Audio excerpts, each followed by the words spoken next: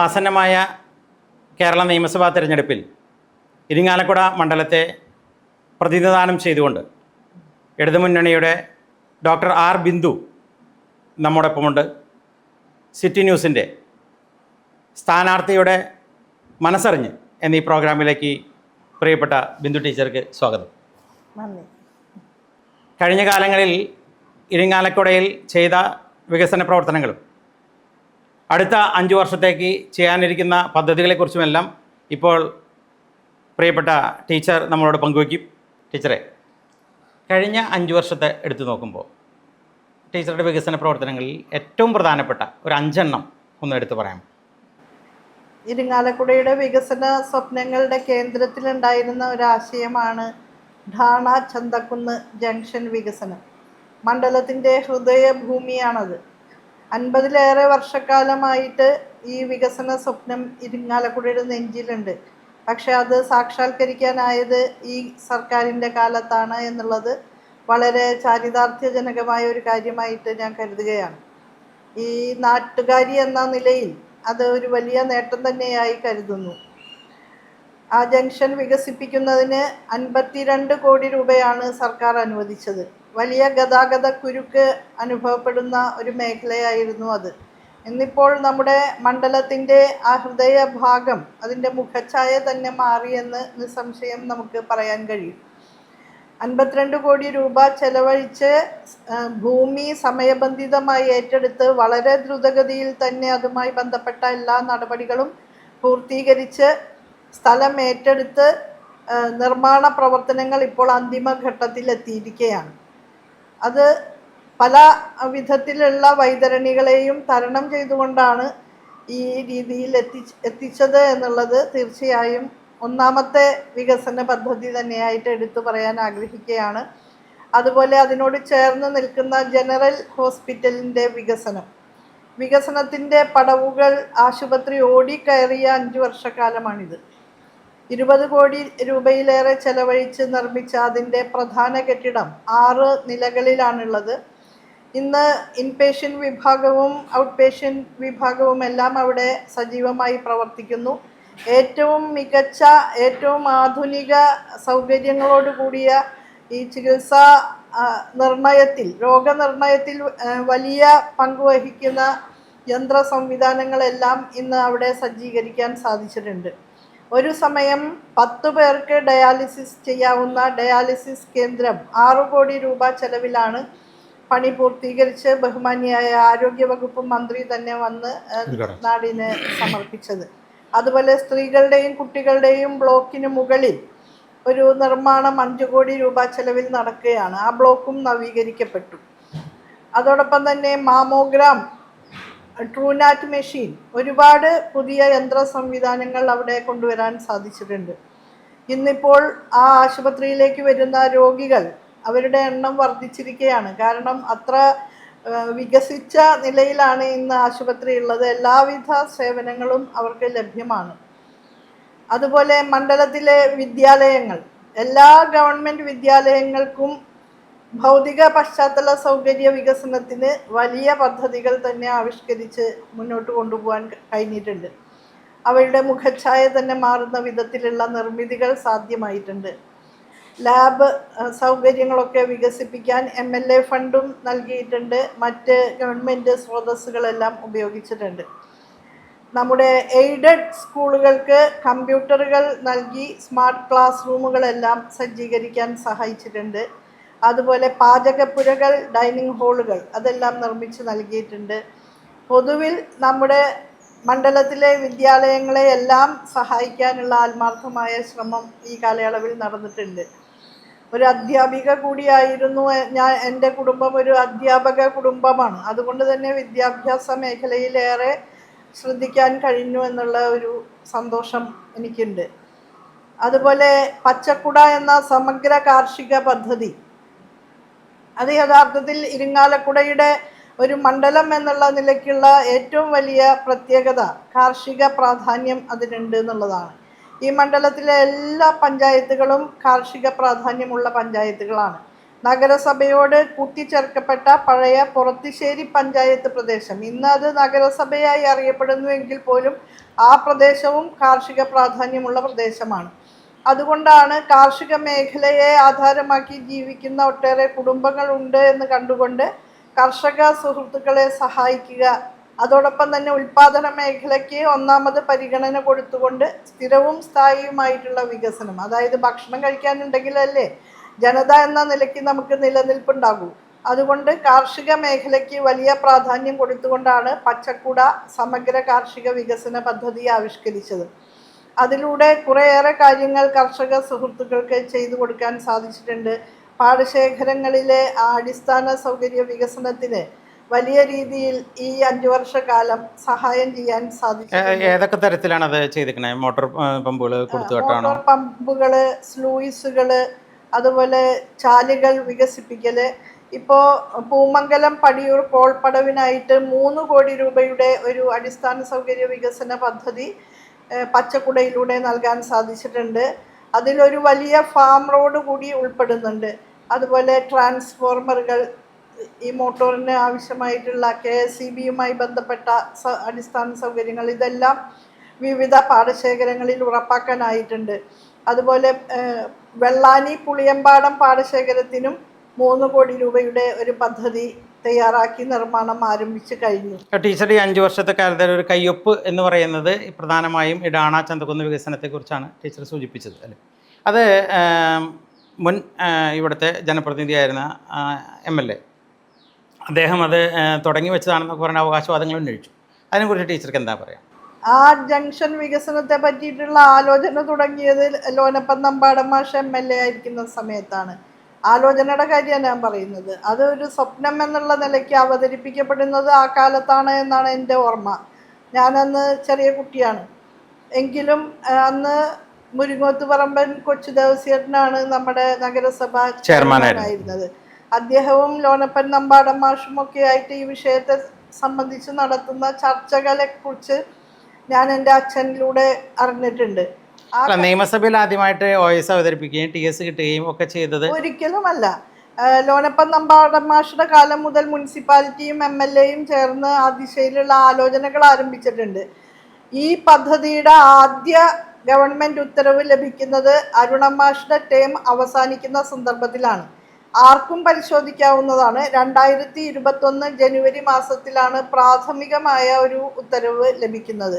അതിന് തൊട്ടു മുമ്പായി അവതരിപ്പിക്കപ്പെട്ട ബജറ്റിൽ ധാണ ചന്തക്കുന്ന് വികസനത്തിനായിട്ട് തുക മാറ്റിവെച്ചിരുന്നു. അത് 20 കോടിയായിരുന്നു.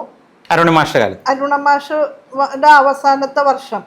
ആ വർഷം മാസ്റ്റർ ടേം അവസാനിക്കുന്നതിന് 2 മാസം മുമ്പ്, അതായത് 2021 ജനുവരി മാസത്തിൽ പ്രാഥമികമായൊരു ഉത്തരവ്, ഇതിന് ഇത്ര തുക അനുവദിച്ചു എന്ന് പറഞ്ഞൊരു ഉത്തരവ് വന്നിരുന്നു. അതിൽ 30 കോടി രൂപയായിട്ട് അത് എൻഹാൻസ് ചെയ്തിരുന്നു, ഉയർത്തി. പദ്ധതിക്ക് പ്ലാനും മറ്റും കാര്യങ്ങളും തയ്യാറാക്കുന്നത് തീർത്തും ഞാൻ ജനപ്രതിനിധിയായി വന്നതിന് ശേഷമാണ്. അത് കൃത്യമായ അളവൊക്കെ എടുത്ത് പദ്ധതി തയ്യാറാക്കുന്നത്. അപ്പോഴേക്കും ഈ 30 കോടി തികയാതെ വരികയാണ്. ഭൂമി ഏറ്റെടുക്കുന്നതിന് കൃത്യമായ കണക്ക് വെച്ച് പരിശോധിക്കുമ്പോൾ 42 കോടിയോളം ആയിട്ട് വർദ്ധിച്ചു. അപ്പോൾ അത് പുതിയ ഉത്തരവുകളിലൂടെ, ഞാൻ വന്നതിന് ശേഷമാണ് റവന്യൂ വകുപ്പ് ഭൂമി ഏറ്റെടുക്കുന്നതിനുള്ള ഉത്തരവ് ഇറക്കുന്നത്. അതിൻ്റെ പിറകിലൊക്കെ ഒരുപാട് നടന്നു തന്നെയാണ് ആ ഉത്തരവുകളൊക്കെ ലഭ്യമാക്കിയത്. ധാണ ചന്തക്കുന്ന് വികസനവുമായി ബന്ധപ്പെട്ട് ഏതാണ്ട് 17ഓളം ഉത്തരവുകൾ ഈ ഗവൺമെൻറ്റിൻ്റെ കാലത്ത് ഇറങ്ങിയിട്ടുണ്ട്. അത് അത്ര എളുപ്പമുള്ള പ്രോസസ്സല്ല. ഭൂമി ഏറ്റെടുക്കുന്ന പ്രോസസ്സ് വളരെ അറിയാലോ, സാങ്കേതിക കുരുക്കുകൾ എപ്പോഴും വന്നു ചേരുന്ന പ്രോസസ്സാണ്. നിരവധി തവണ ബന്ധപ്പെട്ടവരെ വിളിച്ചു ചേർത്ത് യോഗങ്ങൾ നടത്തണം. അതുപോലെ ഓരോ സ്റ്റേജ് കഴിയുമ്പോഴും നോട്ടീസുകൾ പ്രസിദ്ധീകരിക്കണം, എതിർപ്പുള്ളവർക്ക് പരാതികൾ കൊടുക്കാം, അങ്ങനെയൊക്കെയുള്ള നടപടിക്രമങ്ങൾ ഉണ്ടല്ലോ. അപ്പോൾ ഈ കുറുക്കഞ്ചേരി കൊടുങ്ങല്ലൂർ സംസ്ഥാന പാത ഉണ്ടല്ലോ, അതിൻ്റെ വികസനത്തിൻ്റെ ഭാഗമായിട്ടാണോ ഇത്? ഒട്ടുമേ അല്ല, അതിൻ്റെ വികസനമല്ല. അതാണ് ഞാൻ പറഞ്ഞത്. ആദ്യം അതിൻ്റെ നടപടിക്രമങ്ങൾ ഈ ബിറ്റ്മിൻ മക്കാഡം ടാറിങ് തന്നെ ചെയ്യുന്ന രീതിയിലാണ് പൊതുമരാമത്ത് വകുപ്പ് അളവെടുത്തതും ഈ എസ്റ്റിമേറ്റ് പ്രിപ്പയർ ചെയ്തതൊക്കെ. അപ്പോൾ അന്നത്തെ ആ എസ്റ്റിമേറ്റ് പ്രകാരം ഈ ഭൂമി ഏറ്റെടുക്കുന്നതിന് മാത്രം ഞാൻ വന്നതിന് ശേഷം 30 കോടി എന്നുള്ളത് 42 കോടിയായിട്ട് വർദ്ധിപ്പിക്കേണ്ടതായി വന്നു. സ്ഥലവില കൃത്യമായിട്ട് പിന്നീട് 52 കോടിയായി. അത് കഴിഞ്ഞ് നിർമ്മാണ പ്രവർത്തനങ്ങൾക്കായിട്ട് അനുവദിക്കപ്പെട്ട തുക ബിറ്റ്മിൻ മെക്കാഡം ടാറിങ്ങിന് വേണ്ടിയിട്ടായിരുന്നു PWDക്ക് ആദ്യം അനുവദിക്കപ്പെട്ടത്. അപ്പോഴാണ് സംസ്ഥാന പാത കോൺക്രീറ്റ് ആണ് എന്നുള്ളത് കൊണ്ട് അതിൻ്റെ ഇടയിൽ ബിറ്റ്മിൻ മെക്കാഡം ടാറിങ് പറ്റില്ല. അതുകൊണ്ട് അതിനെ വീണ്ടും കോൺക്രീറ്റ് ആയി മാറ്റാനുള്ള എസ്റ്റിമേറ്റ് എല്ലാം പ്രിപ്പയർ ചെയ്യുകയും പിന്നെ ആ എസ്റ്റിമേറ്റ് തയ്യാറാക്കി അതിനെ അംഗീകരിപ്പിച്ചെടുക്കുന്നതിന് വളരെയധികം പ്രയാസം നേരിടേണ്ടതായി വന്നു. ഒടുവിൽ പൊതുമരാമത്ത് വകുപ്പ് തന്നെ, സംസ്ഥാന ഗവൺമെന്റിന്റെ പൊതുമരാമത്ത് വകുപ്പ് തന്നെ ആ ചുമതല ഏറ്റെടുത്ത് കോൺക്രീറ്റിംഗ് ആക്കി മാറ്റാനുള്ള തുക വേറെ അനുവദിക്കുകയാണ് ചെയ്തത്. 7 കോടി രൂപയാണ് അതിന്റെ നിർമ്മാണ ചെലവിനായിട്ട് അനുവദിച്ചത്. രണ്ടാമത്തെ വികസന പ്രവർത്തനമായിട്ട് അങ്ങനെ മൊത്തം 52 കോടി. വന്നു. രണ്ടാമത്തെ വികസന പ്രവർത്തനമായിട്ട് ടീച്ചർ പറഞ്ഞത് ജനറൽ ഹോസ്പിറ്റലിനെ കുറിച്ചാണ്. ജനറൽ ഹോസ്പിറ്റലാക്കിയത് ഉയർത്തിയത് എനിക്ക് തോന്നുന്നത് MK മുനീർ മന്ത്രിയായിരിക്കുമ്പോഴാണ് ജനറൽ ഹോസ്പിറ്റലായിട്ട് അതിനെ ഉയർത്തിയത്. അപ്പോൾ അന്ന് അതിൻ്റെ ഭാഗമായിട്ട് 110 കോടി, എൻ്റെ ഓർമ്മ ശരിയാണെങ്കിൽ 110 കോടി രൂപയുടെ ഒരു പദ്ധതി അന്ന് നൽകിയിരുന്നു. അത് മാതൃശിശു സംരക്ഷണ ബ്ലോക്കാണ് അതിൽ അനുവദിച്ചിരുന്നത് എന്നാണ് എൻ്റെ ഒരു ഓർമ്മ. പിന്നീട് അതിൽ എന്തൊക്കെ ഡെവലപ്മെൻ്റാണ് ടീച്ചറുടെ കാലത്ത് ചെയ്തത്? എൻ്റെ കാലത്ത് ചെയ്തത്, അരുണമാഷയുടെ കാലത്ത് അതിൻ്റെ 1-ാം ഘട്ടത്തിൻ്റെ പണി പൂർത്തീകരിച്ചു. 2-ാം ഘട്ടത്തിൻ്റെ പണിക്ക് ഉള്ള സ്കീമാണ് ഞാനുള്ളപ്പോൾ ആരംഭിക്കുന്നത്. അതിൻ്റെ നിർമ്മാണ ഉദ്ഘാടനം നിർവഹിച്ചതും ഞാനാണ്. പണി ഏറ്റവും ദ്രുതഗതിയിൽ പൂർത്തീകരിക്കുന്നതിന് വേണ്ടി സൂചി നൂലും പോലെ അതിൻ്റെ കൂടെ നിൽക്കുകയും ടെൻഡർ എടുത്ത കരാറുകാരനെ കൊണ്ട് അത് കൃത്യമായിട്ട് ചെയ്യിപ്പിക്കുന്നതിന് ഇടപെടുകയും ഒക്കെ ചെയ്തിട്ടുള്ളത് ഞാനാണ്. അങ്ങനെ അത് ഏറ്റവും നല്ല നിലയിൽ ഏറ്റവും വേഗതയിൽ പൂർത്തീകരിച്ചത് കൊണ്ടാണ് നമുക്കിപ്പോൾ അത് ഉദ്ഘാടനം ചെയ്ത് പ്രവർത്തനം ആരംഭിക്കാൻ കഴിഞ്ഞത്. അതിൻ്റെ ഈ 2-ാം ഘട്ട നിർമ്മാണവുമായി ബന്ധപ്പെട്ട് ഇത് നേരത്തെ ഒരു പ്രൊജക്റ്റും ഇല്ല. അത് നബാർഡ് സ്കീമിൽ വരുന്ന ഒരു പദ്ധതിയാണ്. ഇപ്പം എത്ര ബെഡഡ് ഹോസ്പിറ്റലാക്കി അത് മാറ്റി? ഇപ്പോൾ അവിടെ ഓപ്പറേഷൻ തിയേറ്റർ ഉൾപ്പെടെ പ്രവർത്തിച്ചുകൊണ്ടിരിക്കുന്നുണ്ട്. ഉണ്ട്. സാധാരണ 300 ബെഡഡ് അല്ലെങ്കിൽ 400 ബെഡഡ് അങ്ങനെ 450 500 400 ബെഡ് ആയിട്ടില്ല. 300 ബെഡിൻ്റെ ഹോസ്പിറ്റലാണ്. ഓക്കെ. ടീച്ചർ അടുത്ത ഒരു 5 വർഷത്തേക്ക് മെയിൻ ഒരു ത്രസ്റ്റ് കൊടുക്കാൻ ഉദ്ദേശിക്കുന്നത് എന്തിലാണ്? നമ്മളിപ്പോൾ തന്നെ ബജറ്റിൽ പ്രഖ്യാപിക്കപ്പെട്ട കുറേ പദ്ധതികളുണ്ട്. ഇരിങ്ങാലക്കുടയുടെ ഏറ്റവും വലിയ പ്രത്യേകത അതിൻ്റെ സാംസ്കാരിക ഗരിമയാണ്. ഈ ഒരുപാട് ക്ലാസിക്കൽ കലാരൂപങ്ങൾ, കൂത്ത്, കൂടിയാട്ടം, കഥകളി, അങ്ങനെയുള്ള ക്ലാസിക്കൽ കലാരൂപങ്ങളും നാടൻ കലാരൂപങ്ങളും എല്ലാം ഇവിടെ വളരെ സ്വാഭാവികമായി പൊട്ടിമുളച്ചു എന്ന് തന്നെ നമുക്ക് പറയാം. അത്രയേറെ ഈ ജനത അതുമായിട്ട് ഇഴുകിച്ചേർന്ന് നിൽക്കുന്നതാണ്. അപ്പോൾ അതിനൊക്കെ കഴിയുന്ന വിധത്തിലുള്ള ഒരു കൾച്ചറൽ കോംപ്ലക്സ്, സാംസ്കാരിക സമുച്ചയം 2 വർഷം മുമ്പ് ബജറ്റിൽ പ്രഖ്യാപിച്ചതാണ്. അതിൻ്റെ അലോക്കേഷനൊക്കെ ആയോ? ഇന്നസെന്റിന്റെയും P ജയചന്ദ്രന്റെയും അനുസ്മരണാർത്ഥമാണ് ആ സാംസ്കാരിക സമുച്ചയം സ്ഥാപിക്കാൻ ഉദ്ദേശിക്കുന്നത്. അപ്പോൾ ഒരു സ്റ്റുഡിയോ, ഒരു തിയേറ്റർ കോംപ്ലക്സ്, അതെല്ലാം ചേരുന്ന കൾച്ചറൽ കോംപ്ലക്സ് ആണ് ഉദ്ദേശിക്കുന്നത്. അതിൻ്റെ സ്ഥലം ലഭിക്കുന്നതുമായി ബന്ധപ്പെട്ട നടപടിക്രമങ്ങളിലൂടെയാണ് ഇപ്പോൾ കടന്നുപോയിക്കൊണ്ടിരിക്കുന്നത്. എന്തായാലും ഇരിങ്ങാലക്കുടയിൽ അത്തരം ഒന്ന് അനിവാര്യമാണ്, അത് ഉണ്ടായേ തീരും. മറ്റൊരു പദ്ധതി, അതിന് ബജറ്റിൽ പൈസ വകയിരുത്തിയിട്ടുണ്ടോ? അതിന് 2 ഘട്ടമായിട്ട് പൈസ വകയിരുത്തിയിട്ടുണ്ട്. ആദ്യത്തെ വർഷം 5 കോടിയും പിന്നത്തെ വർഷം 6 കോടിയും. ഇപ്പോൾ 11 കോടി അതിനുവേണ്ടി വകയിരുത്തിയിട്ടുണ്ട്. അതുപോലെ നവകേരള സദസ് മായി ബന്ധപ്പെട്ട് എല്ലാ മണ്ഡലങ്ങളിലേക്കും 7 കോടി രൂപയുടെ പദ്ധതി അനുവദിക്കപ്പെട്ടു. അതിൽ നമ്മൾ തിരഞ്ഞെടുത്ത ഒന്നാണ് KSRTC ബസ് സ്റ്റാൻഡിൽ ഒരു ബസ്സുകളൊക്കെ ഇടാൻ കഴിയുന്ന ബസ് ബേ കം ഓഡിറ്റോറിയം. അതിൻ്റെ മുകളിൽ ഓഡിറ്റോറിയം നിലവിലുള്ള സ്ഥലമുണ്ട്.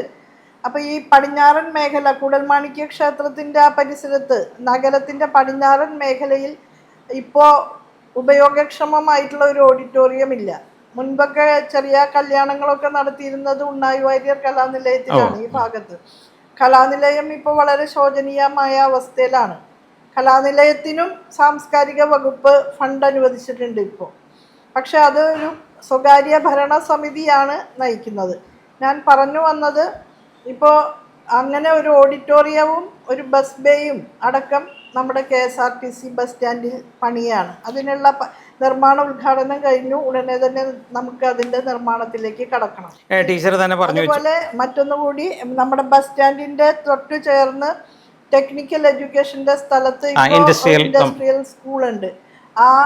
അത് വളരെ പഴയ കെട്ടിടമാണ്. എൻ്റെ ഓർമ്മ വയ്ക്കുമ്പോൾ തുടങ്ങി അവിടെ ഉണ്ട്. അതിനു മുൻപേ അതുണ്ടാവും.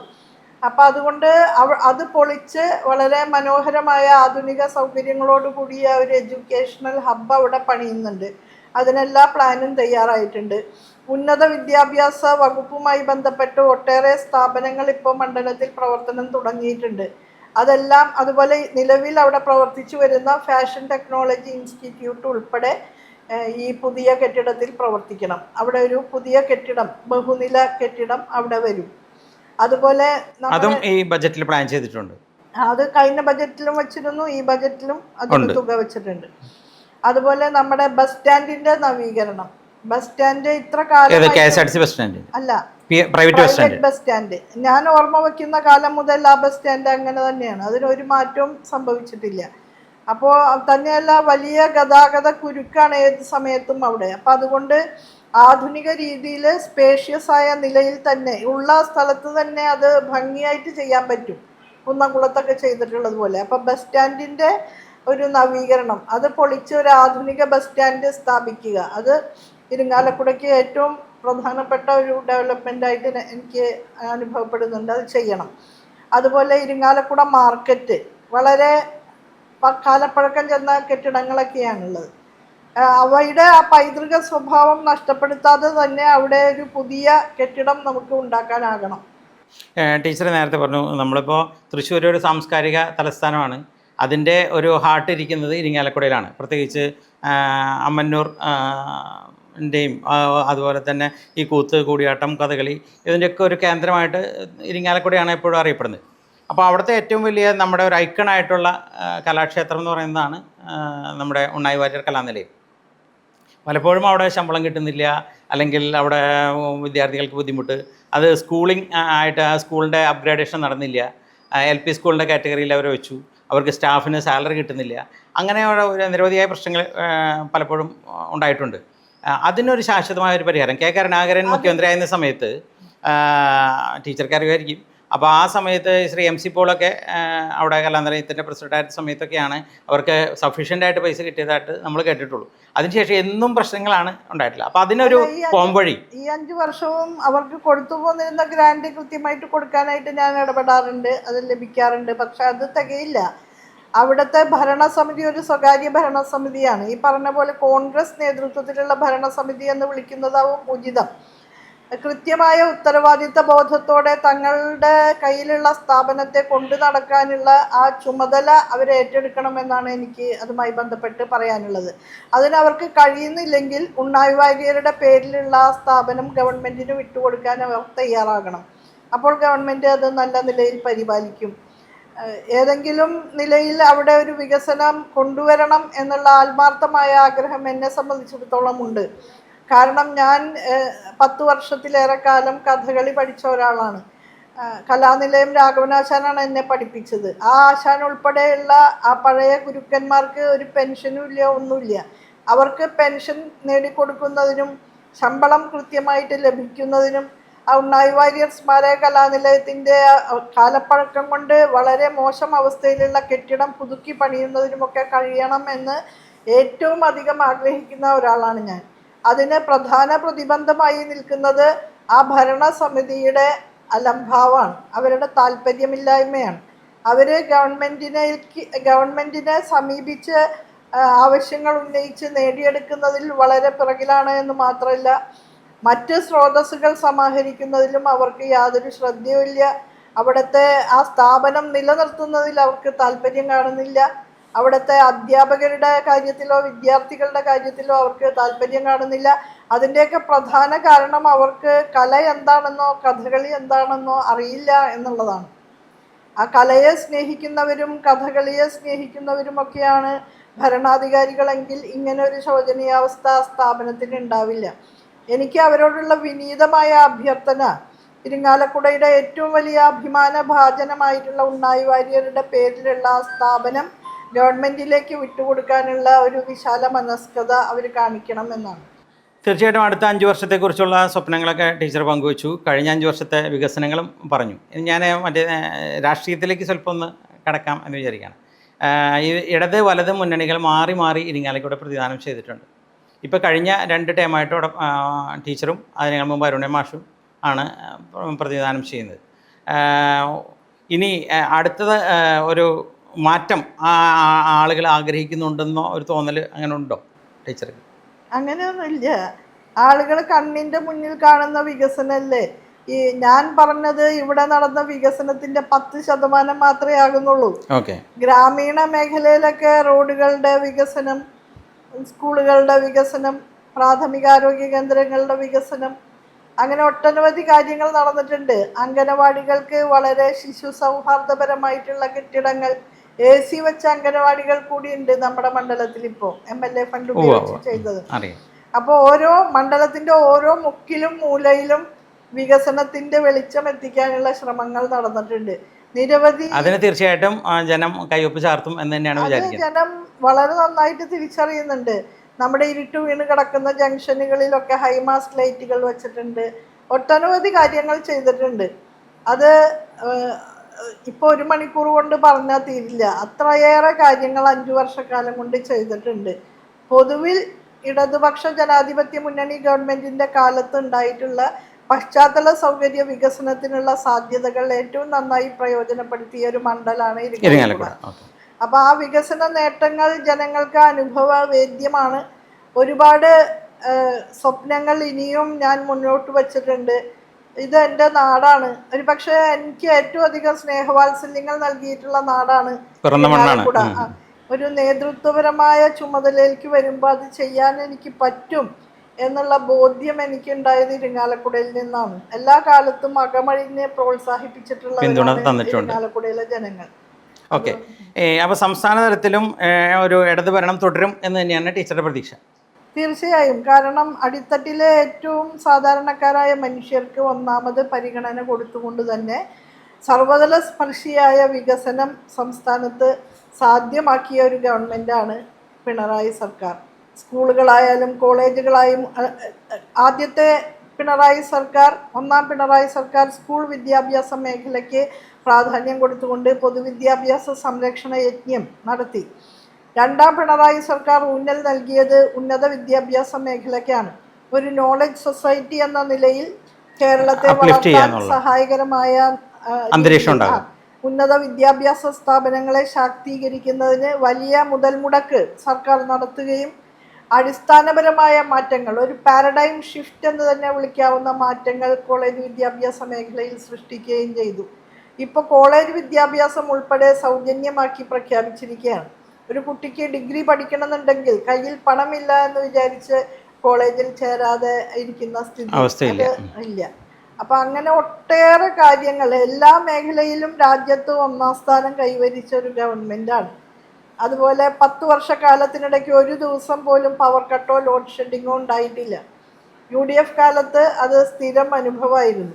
നമ്മുടെ നാടിന് ആവശ്യമായ വൈദ്യുതി കാര്യക്ഷമമായിട്ട് ഉൽപ്പാദിപ്പിച്ച് കൃത്യമായി വിതരണം ചെയ്യുന്നതിൻ്റെ ഭാഗമായിട്ടാണ് ആ നേട്ടം, അല്ലേ? ആരോഗ്യ മേഖല ഇഷ്ടംപോലെ, ഒരു ആകെ 5 വർഷക്കാലത്തിനിടയ്ക്ക് 50ലേറെ അവാർഡ് ആരോഗ്യ മേഖലയ്ക്ക് ലഭിച്ചു. വിദ്യാഭ്യാസ മേഖല തിളങ്ങി നിൽക്കുകയാണ്.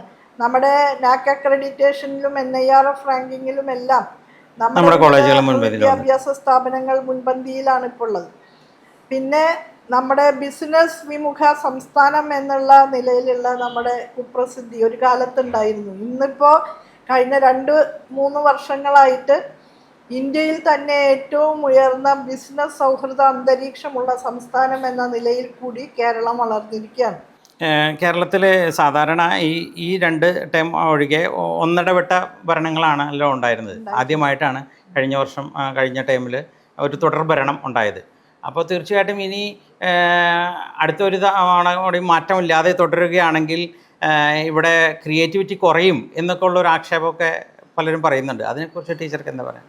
കൂടുതൽ അവസരങ്ങൾ ഇത്തരം സദ്ഭരണത്തിന് നൽകുകയല്ലേ ജനങ്ങൾ ചെയ്യേണ്ടത്.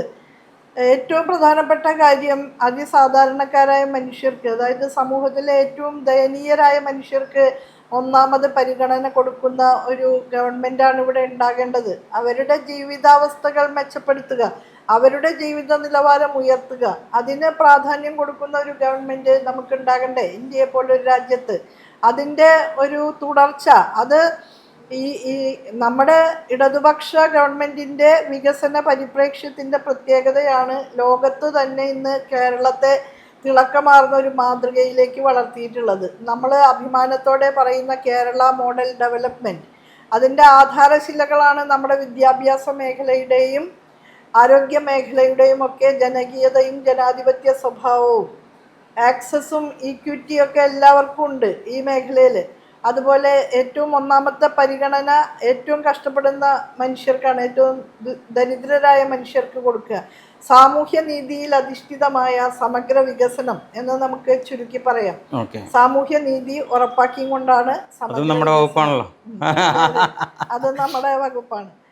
പണ്ട് പാർട്ടിയിലെ താഴേക്കടയിലുള്ള അഭിപ്രായങ്ങൾ ആരായാറുണ്ടായിരുന്നു, പക്ഷെ ഇപ്പോൾ അത് കുറവാണ് എന്നുള്ളൊരു ആക്ഷേപം കൂടി നിലവിലുണ്ട്. അതേക്കുറിച്ച് ടീച്ചർ എന്താ പറയുക? ആക്ഷേപിക്കുന്നവർക്ക് പലതും പറയാൻ പറ്റും, പക്ഷേ ഏറ്റവും ജനാധിപത്യപരമായിട്ട് കാര്യങ്ങൾ ചെയ്യുന്ന പാർട്ടി CPIM ആണ്. ഒരു സ്ഥാനാർത്ഥിയെ പ്രഖ്യാപിക്കാൻ തന്നെ കോൺഗ്രസ്സിന് ഹൈക്കമാൻഡൊക്കെ പറയുന്ന ലിസ്റ്റ് വായിക്കാനേ പറ്റൂ. ഞങ്ങളുടെ പാർട്ടിയിൽ അങ്ങനെയല്ല. അത് തീരുമാനമെടുക്കുന്നത് ഓരോ ഘടകങ്ങളാണ്. ഇപ്പോൾ ജില്ലാ കമ്മിറ്റിയിൽ ആലോചിച്ച് തീരുമാനിച്ചാൽ അത് മണ്ഡലം കമ്മിറ്റിയിൽ വരെ ചർച്ച ചെയ്ത് അംഗീകരിച്ചതിന് ശേഷമാണ് സംസ്ഥാന കമ്മിറ്റി പോകുന്നത്. സംസ്ഥാന കമ്മിറ്റി അംഗീകരിച്ചതിന് ശേഷം വീണ്ടും മണ്ഡലം കമ്മിറ്റിയിൽ വരെ ചർച്ച ചെയ്തിട്ടാണ് തീരുമാനം വരുന്നത്. അപ്പോൾ ജനാധിപത്യപരമായ നിലയിൽ തന്നെയാണ് കാര്യങ്ങളെല്ലാം കൈകാര്യം ചെയ്യുന്നത്. ഓക്കെ, അപ്പോൾ ടീച്ചറുടെ പ്രതീക്ഷ അനുസരിച്ചിട്ട് ഈ പുതിയ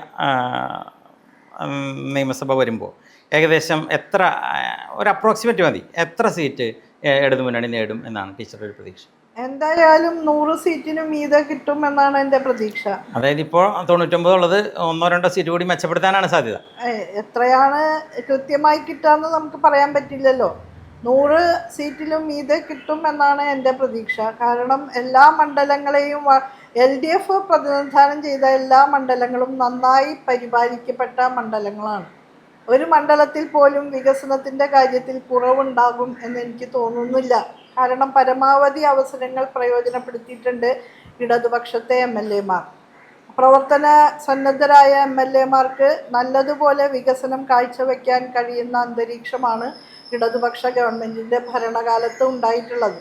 അത് പ്രതിപക്ഷ MLA-മാരും കൂടി സമ്മതിക്കും എന്നാണ് ഞാൻ കരുതുന്നത്. ഈ BJP-യുടെ കടന്നുവരവ് നമ്മുടെ നിയോജകമണ്ഡലത്തിലോ അതോ മറ്റ് നിയോജകമണ്ഡലങ്ങളിലോ വലിയ ചലനങ്ങൾ ഉണ്ടാക്കിയിട്ടുണ്ടോ?